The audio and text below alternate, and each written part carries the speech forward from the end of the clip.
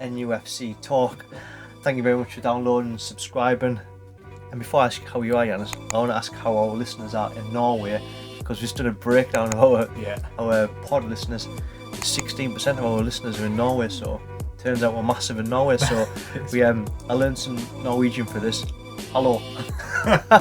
It's a tricky one, that, isn't it? Yeah, but how are you, man? You right? I'm good, yeah. I'm very good. Off the back of a busy long weekend. Jubilee weekend. Jubilee night, yeah. Loads of stuff going on. Went trampolining, wiped out a few times, got a nice raspberry on my knee.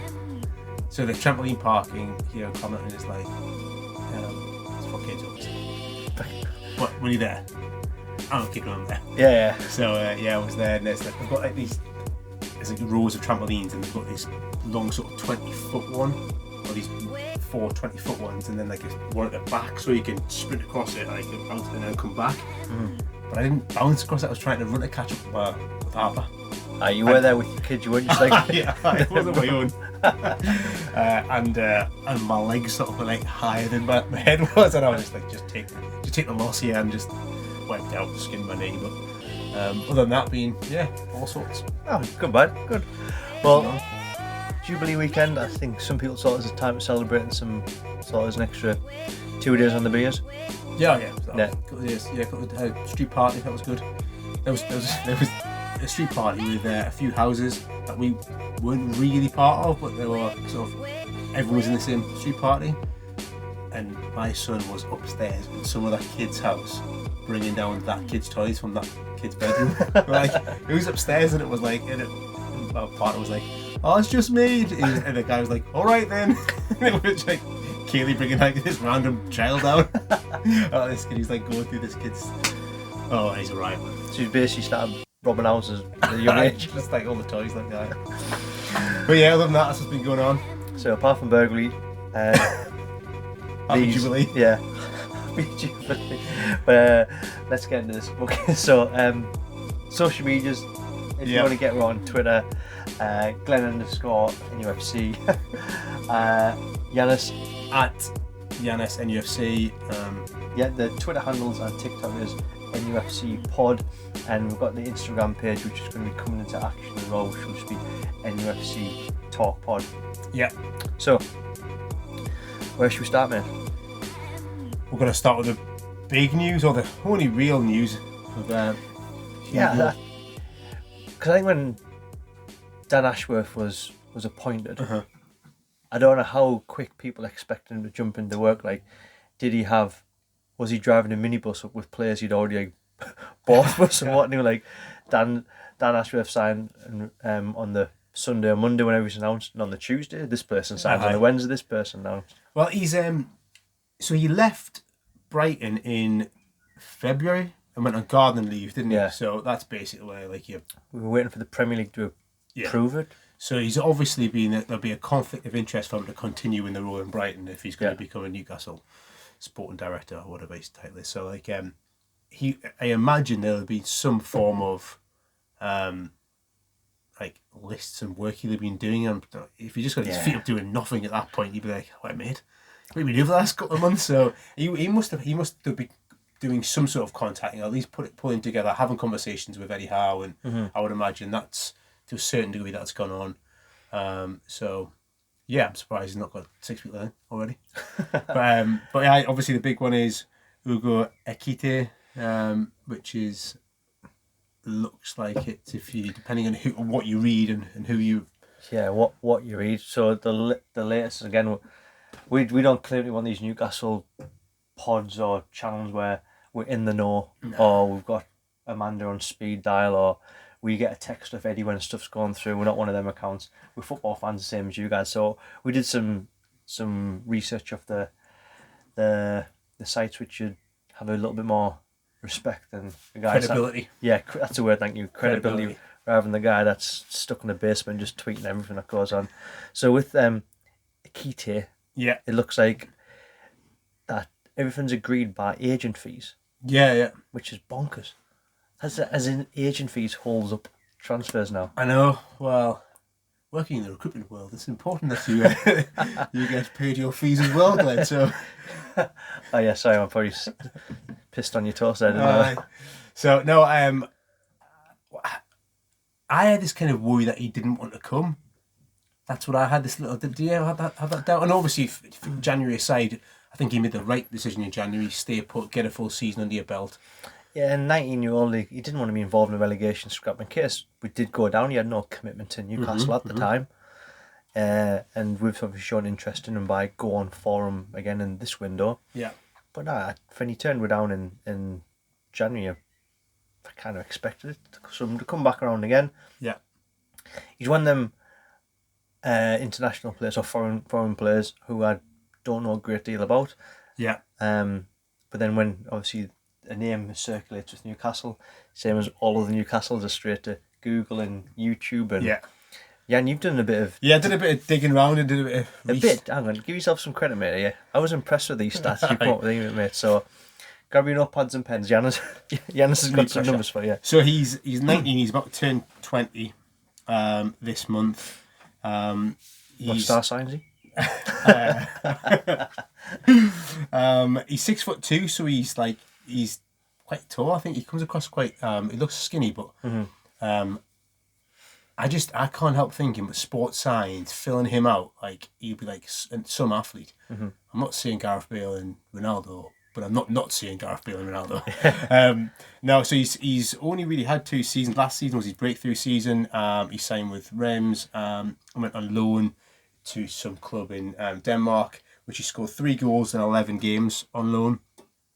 This season he's made 24 appearances for Reims, scoring 10 goals and getting 3 assists. And he's now a French under-20 international.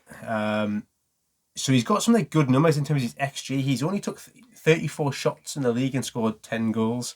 And he's scored from 50% of his shots in the box. And all but one of his goals, I think, has come from inside the box as well. And he scored a goal every 128 minutes, which is a good return. Like if you break, he's only played 1,200 odd minutes this season. So 1,200 odd minutes. He's into being 13. He's scoring every 100. So he's scoring every 128 minutes. So 128 minutes. So he's played 1,280 minutes, I think, of football. So he's played just about 1,300 minutes of football, and he's had 13 direct goal involvements. So he's involved in a goal every 100 minutes ish, and has scored every 128 minutes on the pitch. That's a good return, isn't it? For a 19-year-old. Especially 19. So he's got decent feet. He can drop off. He can run the channels. He can play his back to goal. He has got a lot of this I found out from watching a Manchester United a YouTube video of somebody that wanted to sign 3 weeks ago because obviously he's linked with Man United. But yeah, he's a good finisher. And based on kind of what you see from him, he can probably play naturally somebody out wide on the left. Also can play up top. So I think it's interesting that playing 9 or playing wide you mentioned there, because that gives them, that potentially fills our wing options. If that's what you can do, especially playing a 4-3-3, you can fall into one of them roles.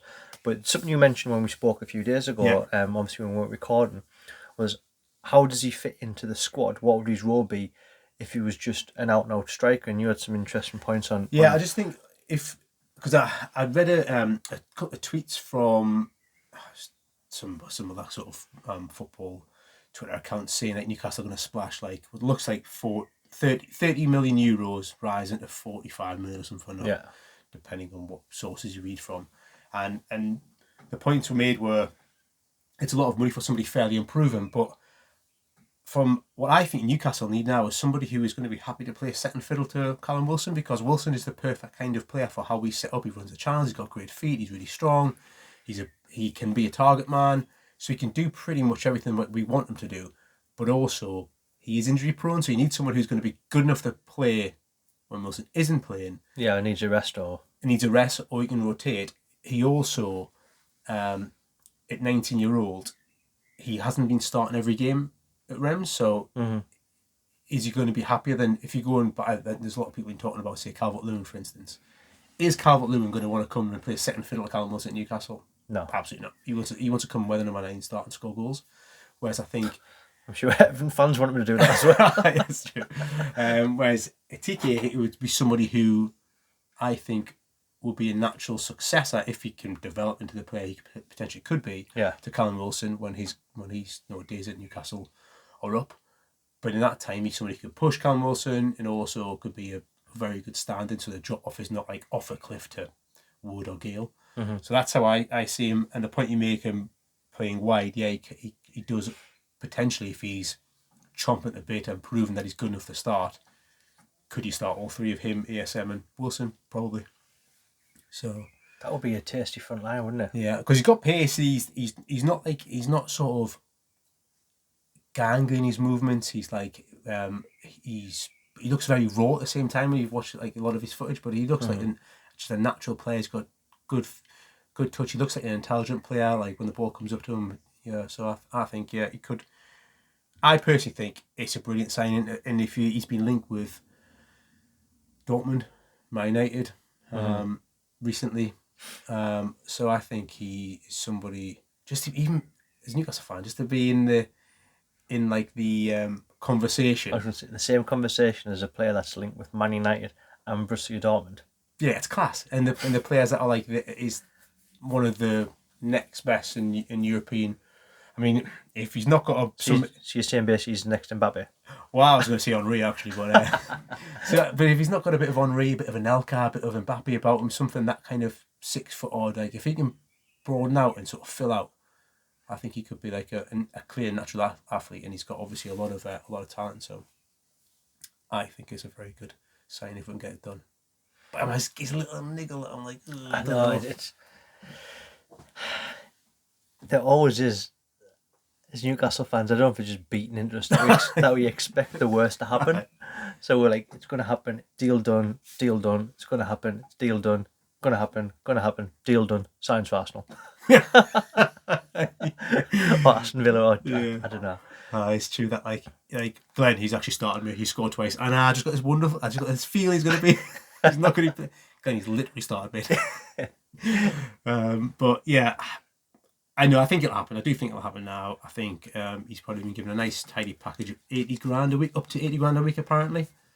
Which imagine getting that now. I'm a 19-year-old. That'll be a steady jump from what he's currently on at Reims. I can't see it being that much. Oh yeah, French bar Paris Saint-Germain. You'd imagine what maybe on, especially you still be on one of his younger contracts, so maybe $10,000 a week, something like that. Maybe if I like. I don't even know if he'd be on that. You got to think something like Bruno came over and he got his wages quadrupled, so he went from 30 to 120. But he's an established player playing in the Champions Champions League. Aye, exactly. So yeah. So he may be on one of those like sort of 5-6 grand. You're going to YTS at 120 quid a week. Some goal bonus though. Yeah. So I think it's the perfect kind of signing in terms of what we need in a forward. Because like I say, who else have been linked with players like it's not a place that we want to be shifting Wilson to the bench, because like if you can get 25 games at Wilson, you'll get 15 goals in the Premier League out of him. He's proven that. He got 10. Did he get 10 or something last season though? Wilson? 9 or something. And he played 4 games, didn't he? It was double figures. Did he get double figures, did he? Yeah, I'm pretty sure it is. Because we mentioned this, Cameron was on the pod or not, but Wilson's got this reputation of being crocked because of Newcastle. We've seen him 2 seasons. Prior to that, he played 2 full seasons for Bournemouth. Yeah. Over 30 appearances in each game, both from starting. And one of the seasons, he actually played in all 38. He actually came off the bench for like 2 or something. Yeah, 1 or 2. So maybe he has just had a bit of bad luck, but then is he getting to that point in his career where now his body is just going to keep... I think the most surprising thing for me was the way he came back and played, but he came off the bench and played 290 minutes and looked absolutely class. Didn't he? Like he looked like it wasn't any rustiness there. So he's obviously, but like he's obviously committed to. He's moving his family up here and stuff. And but the thing is, this is one thing I disagree. I think it's fucking bollocks. He gets paid a lot of money to play for Newcastle. That shouldn't be happening 2 years down the line. Yeah. But how about Steve Bruce would probably saying, "Look, we don't even train, mate. Get your family down there, son. You get plenty of days off, kidder. Look, drive up Saturday morning. As long as you're here for half 2, you're going to get a game. I'll get a bacon buddy out, bit of tilapia, brown sauce, red sauce. What do you want? Both, knee bother. Yeah. Can of Red Bull before you get on. Knee bother.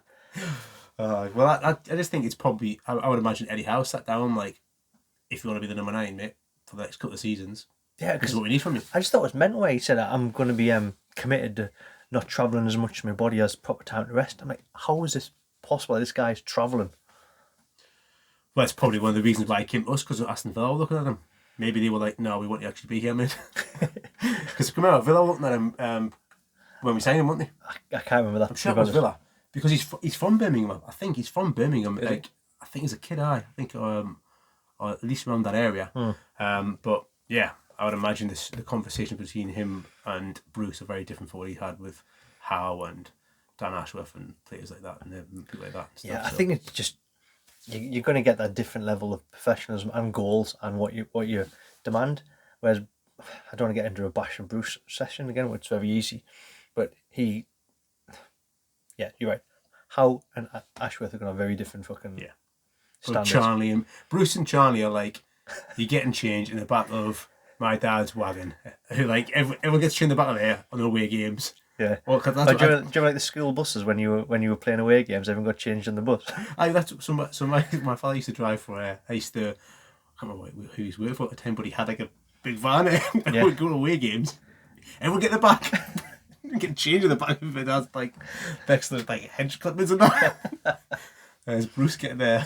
Yeah. The bit of eyes on the go. So yeah, I imagine I do agree with you though. It is bullshit. You get paid a lot of money, but it's just a different world now. The club, isn't it? So. And also, would you not want to commit to that though? You want to commit to that now.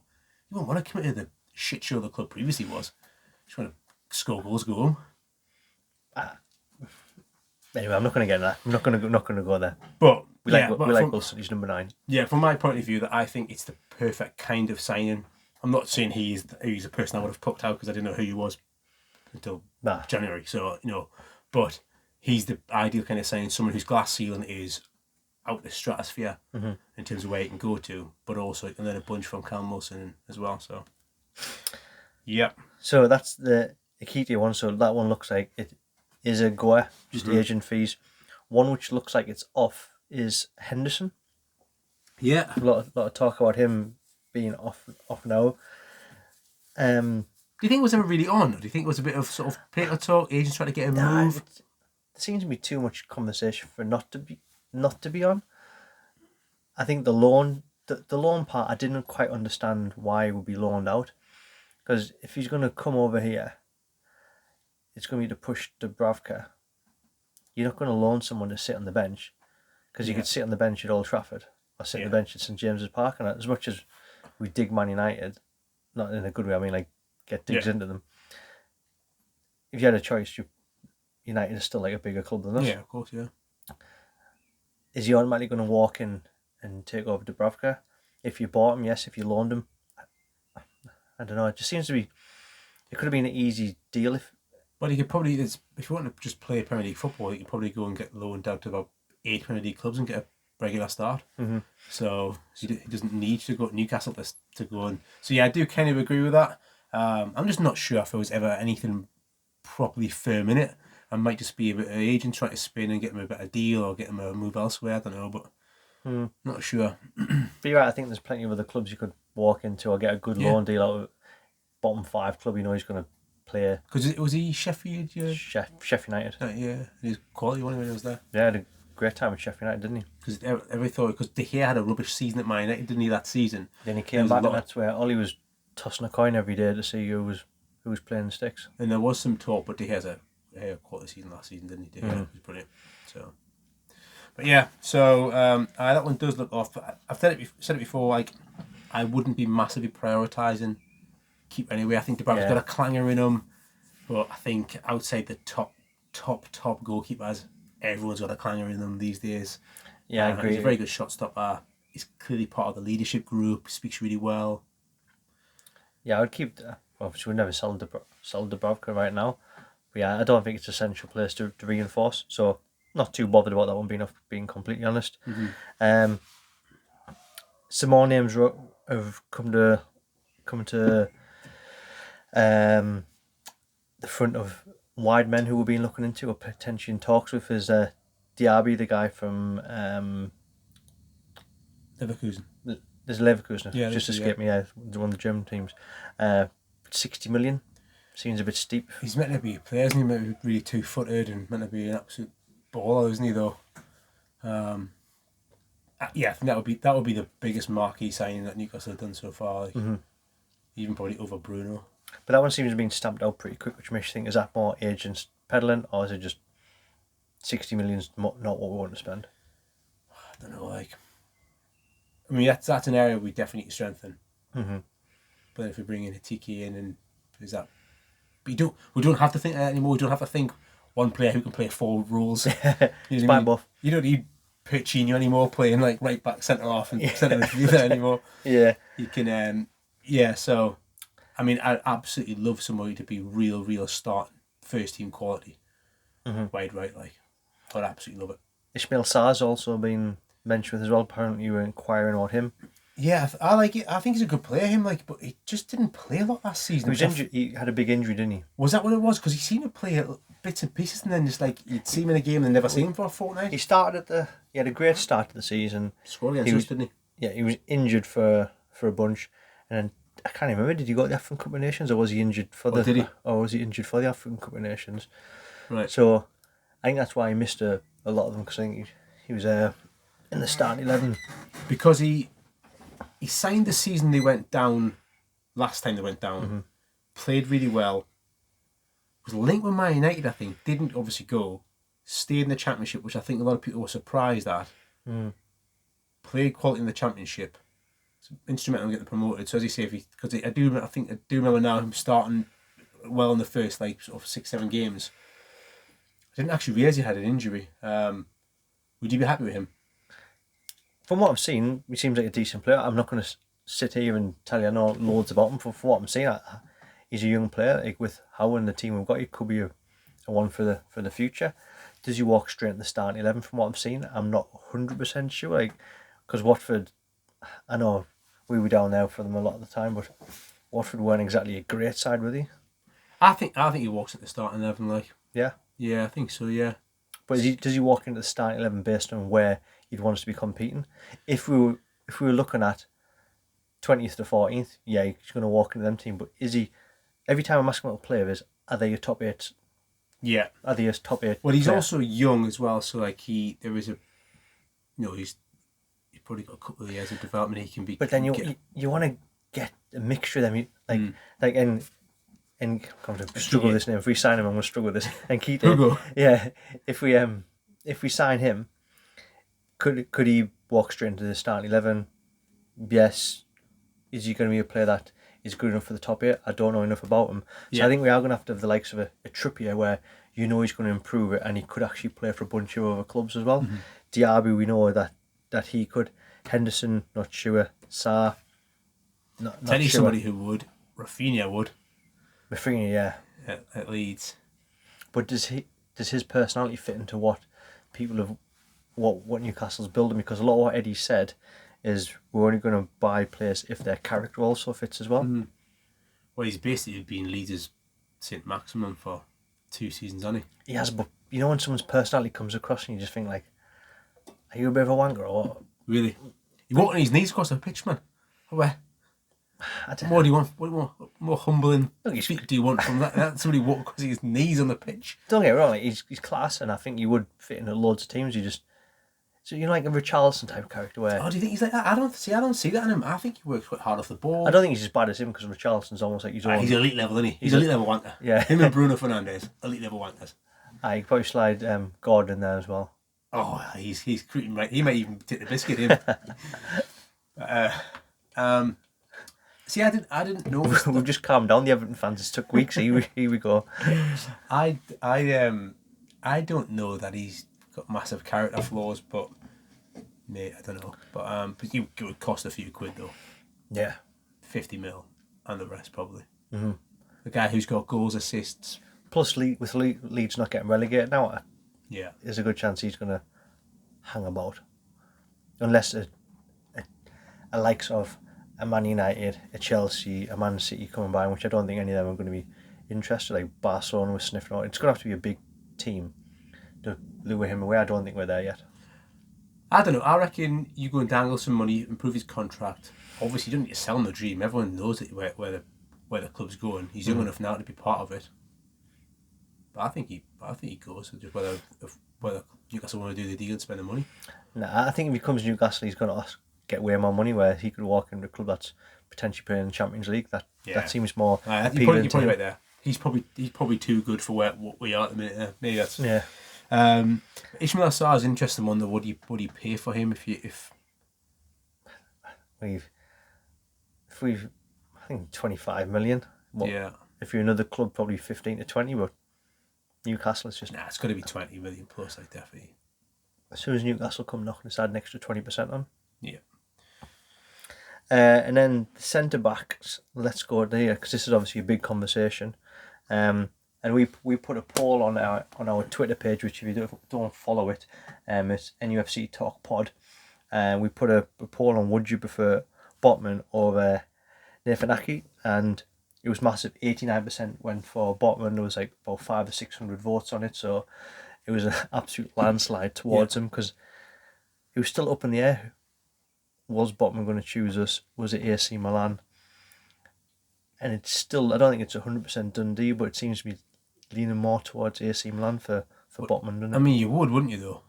Oh, yeah, definitely. Absolutely would. I have no qualms. Some Newcastle fans are like, well, if you just want to be part of it, then Sodom. Like, chill, man. It's AC Milan. Yeah, AC Milan. And who are Newcastle to a lot of people right now? They're aren't they? They've won the league, haven't they? The first time in a bunch of years as well. AC Milan. So they're Italian champions. Maldini's like the director of football or something. Giving it the old look. I was the best centre half in the world. Yeah. Come and be like me, pal. You can stay in my spare room. I'll teach you everything I know.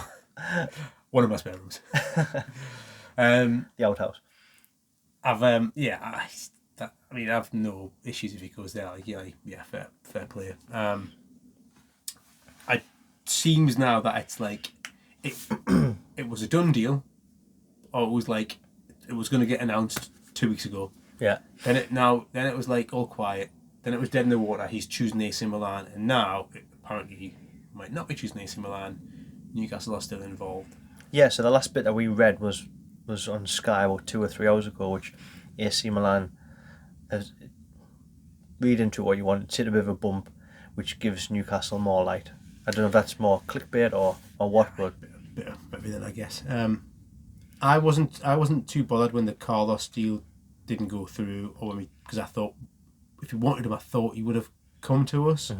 Because I don't really think Villa that or anywhere further ahead of us. Really, and there was a lot of chat with the Aston Villa and Newcastle fans. But I think much of a muchness in terms of their squad's probably a slightly bit more developed. But but he was like.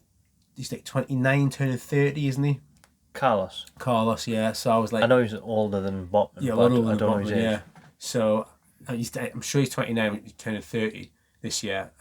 So I'm less bothered about that because by the time we get to where he's good enough to where he can take us, he'd already be out the squad, whereas Botman is obviously young guy, he's in his early 20s.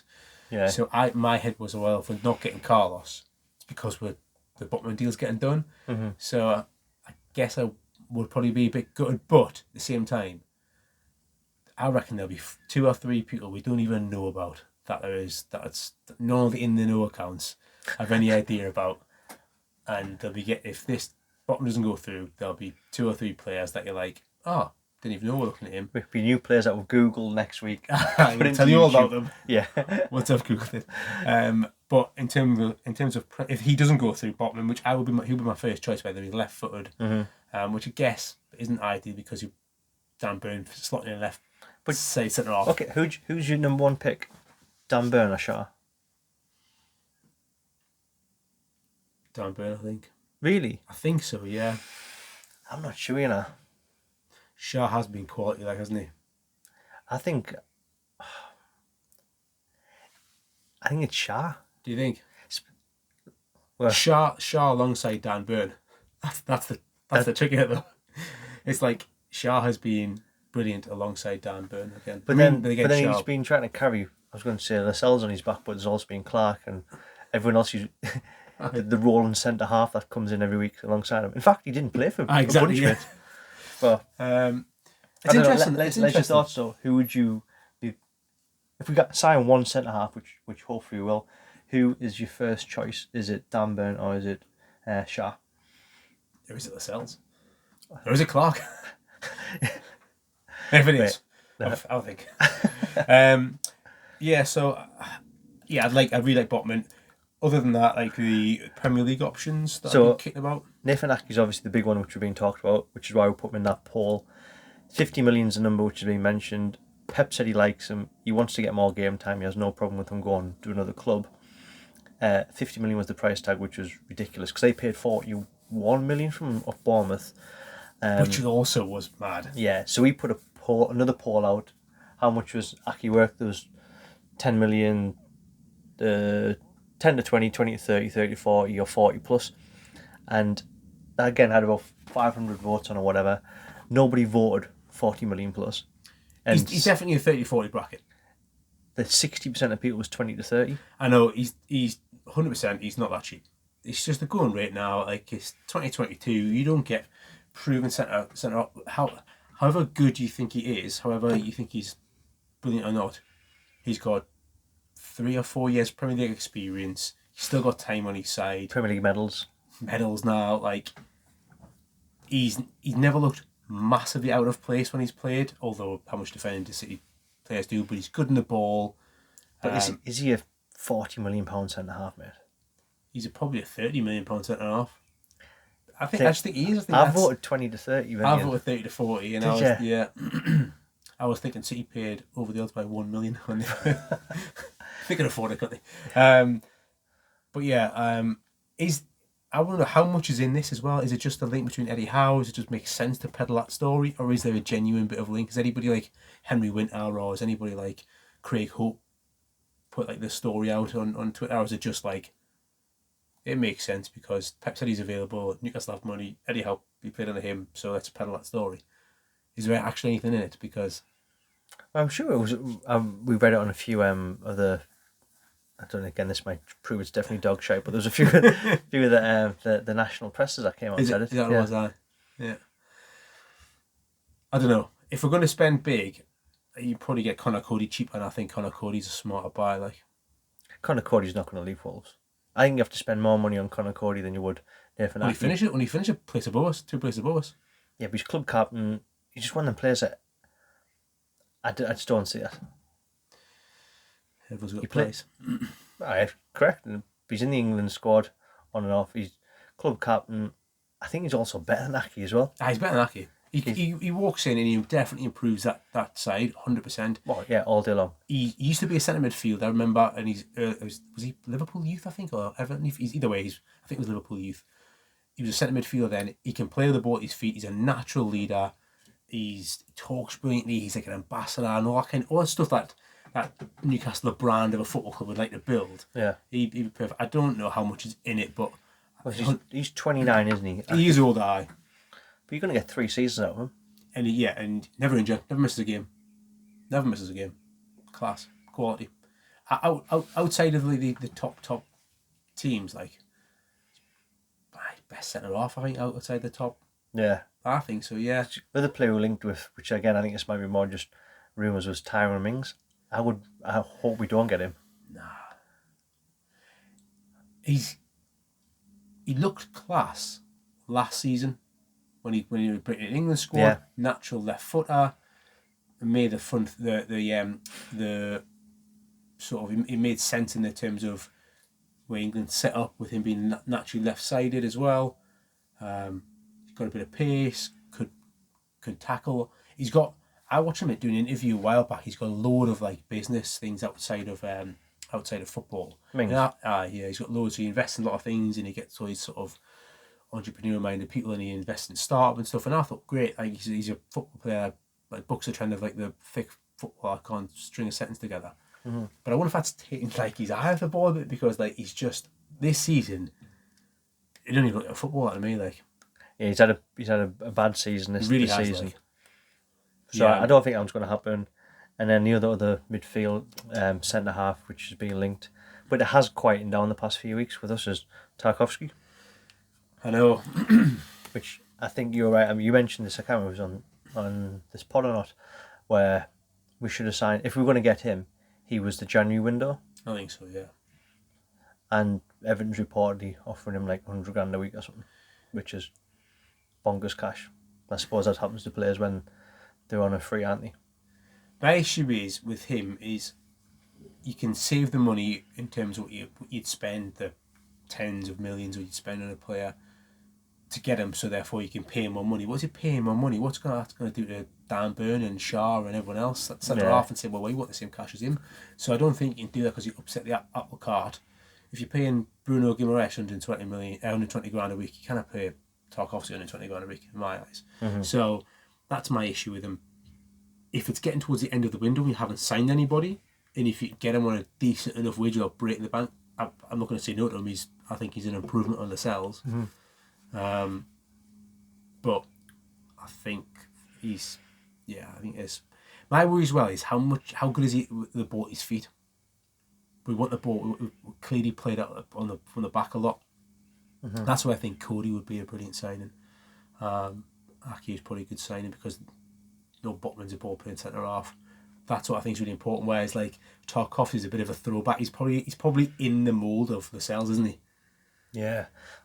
Who's like terrifying whenever he gets the ball. yeah.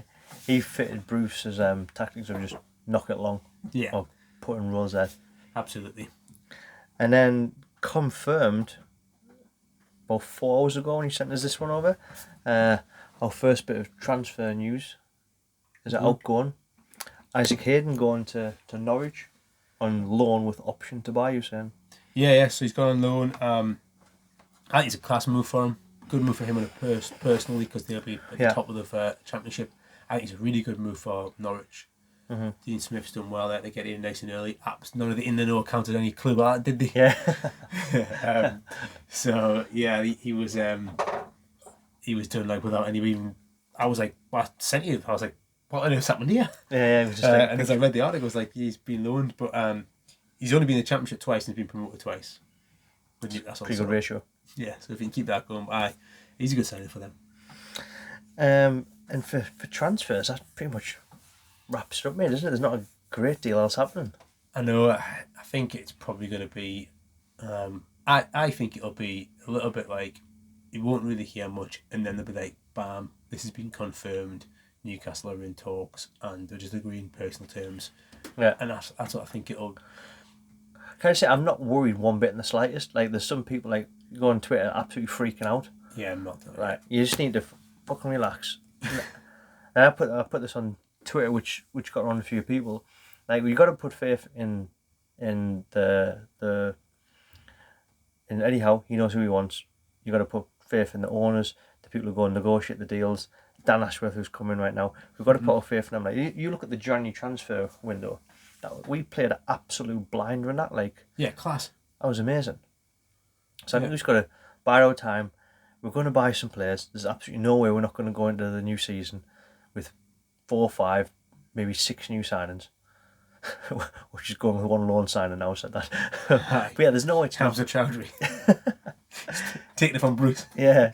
You'll never get him, Bruce. There's no way it's not going to happen. So I think we just need, as Newcastle fans, is just to relax and bide our time. It's still a long time. 100%. Absolutely agree with you, because that's why I wasn't worried about the Carlos stuff. I think it's a good sign for Villa. Really good sign for Villa.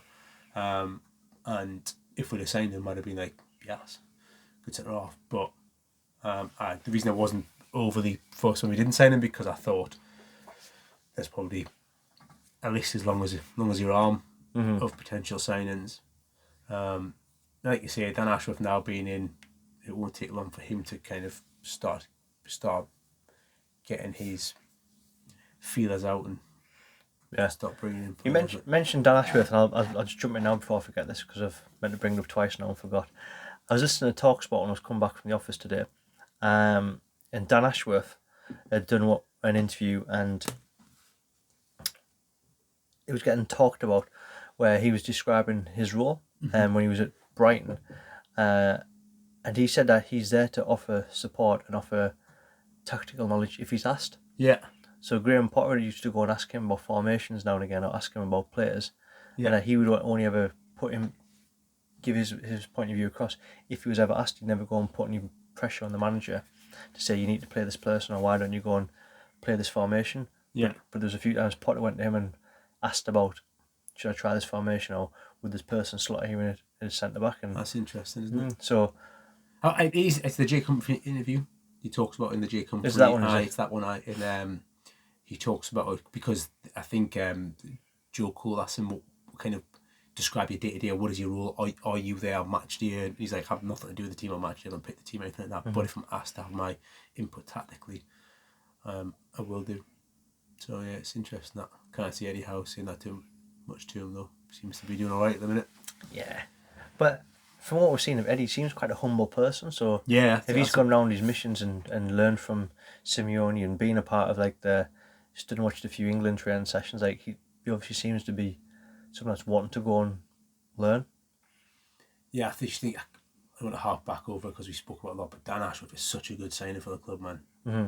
Like he really is. Like that's like whoever we sign this unless Ekitike we sign him, he turns up in the next Henry, then he might be the best signing. But like, he could still be Dan Ashworth the best signing that we make in this transfer window. Like yeah, because he could be part of the journey for the next 10 years. Yeah, he could be easy.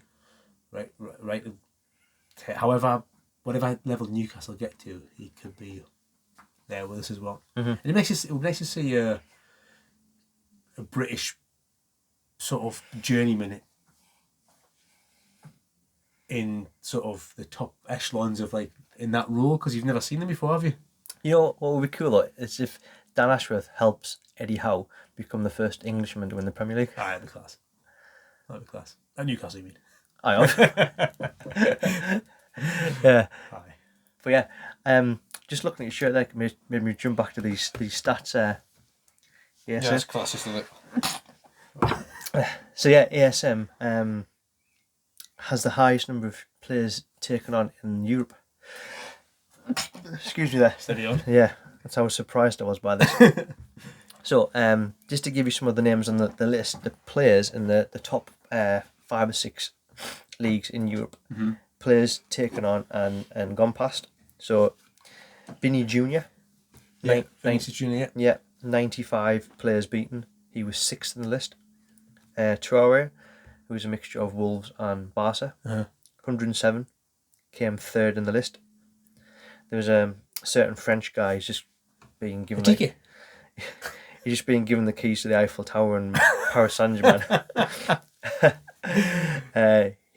Mbappe had 111 players beaten and taken on, was 2nd. Yeah.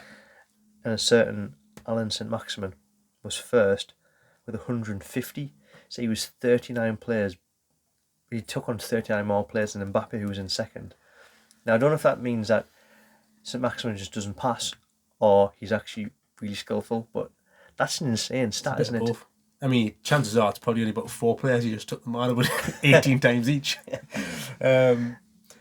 Yeah, I mean, it's an incredible stat. Like, I do, for me, there is no argument, there is no debate. We shouldn't be cashing in. We should be trying to nurture what he's got and turn him into, like, I'm not saying he's going to be like a Ballon d'Or or anything, but there's no reason he can't be a proper top draw Champions League player. Absolutely, in my eyes. Because the rumours that have come around over the last 48 hours is Tottenham, 40 million. Oh, yeah, I did hear that. Yeah. Interesting. Nice little segue, I didn't that, mate? Yeah, it was a nice little segue. Yeah. I think I'll just sit there and enjoy that for a moment. Yeah. Yeah, what do you think of that? I think he would fit into what Tottenham's trying to play. I hope he doesn't go, and I hope it is just rumours and is just someone trying to peddle some clickbait. But I've read it off a few different papers now. Yeah. Mm-hmm. So I really hope it isn't. For once, it's good that we don't have to sell because we need the money. Yeah. That's the only thing I'm just thinking. If we're trying to build a team which is going to go on to win things, you need to keep your best players, whereas unfortunately we've had to sell our best players because we cannot keep all of them. Yeah. You're right, we have absolutely no need to sell him unless he wants to throw he's obviously a massive personality. He's a really intelligent bloke. He's got a really high IQ and stuff. He's like Maxi, yeah. He speaks language and stuff. He's super smart. Like, he's creating a board game. Yeah. It's mad. So he's getting into all them NFTs and stuff like that, isn't he? Oh, is that what he's into, is he? Yeah. Like John Terry. He lost a load of money. He had like investments from Ashley Cole and a few other players, and then they all like pulled out on the slide and John Terry lost loads of cash. Like, great. Class. Nice bloke, yeah. So, unless he throws his toys at the pram, I would like us to be in a position to the club to be like, nobody's big in the club. We're not going to give you a new deal. If you want to go, you go, because we'll just go in the market and buy somebody else. But Maxi seems to love the Geordies, and he's come out and like gives like a fan and his watch and all that. Like, I can't see him wanting to leave. I mean, Christ, if you stuck through 2 years of Steve Bruce and then you leave now, I mean, fucking like, do you know what I mean? Yeah. Maybe under Steve Bruce, he had the best job ever, because it was like, pass the Maxi, you do everything, and then that's it. Don't worry about tracking back, mate. Just you do everything. But no, I think like if he was to leave now, that would be, in my mind, for his career, be bonkers. Like, because he's clearly Eddie Howe's like go-to guy. I don't think there's anything in the rumours that we should be like. The club, I don't think, wants to sell him in any way, shape, or form. So yeah. But if they did sell him and he starts running behind, which I've been asking him to do for months, I'd be devastated, because like all I wanted to do is running behind sometimes. Imagine Kane with that option, them long balls to Son on the left and Maxi going to have to learn to play on the right. But yeah, just saying Perisic as well and Kulusevski. How many more players do they need to play in that role? Like, I know, yeah, wankers. I know, but nah. Is he gonna go? Yes or no? No. I agree. One other bit which I seen, and that's the last bit. I'm going to stop talking about rumours, because I said we said we wouldn't go too deep in these. Apparently, Ben Arthur said he would want one last hurrah at Newcastle. I did hear that, like.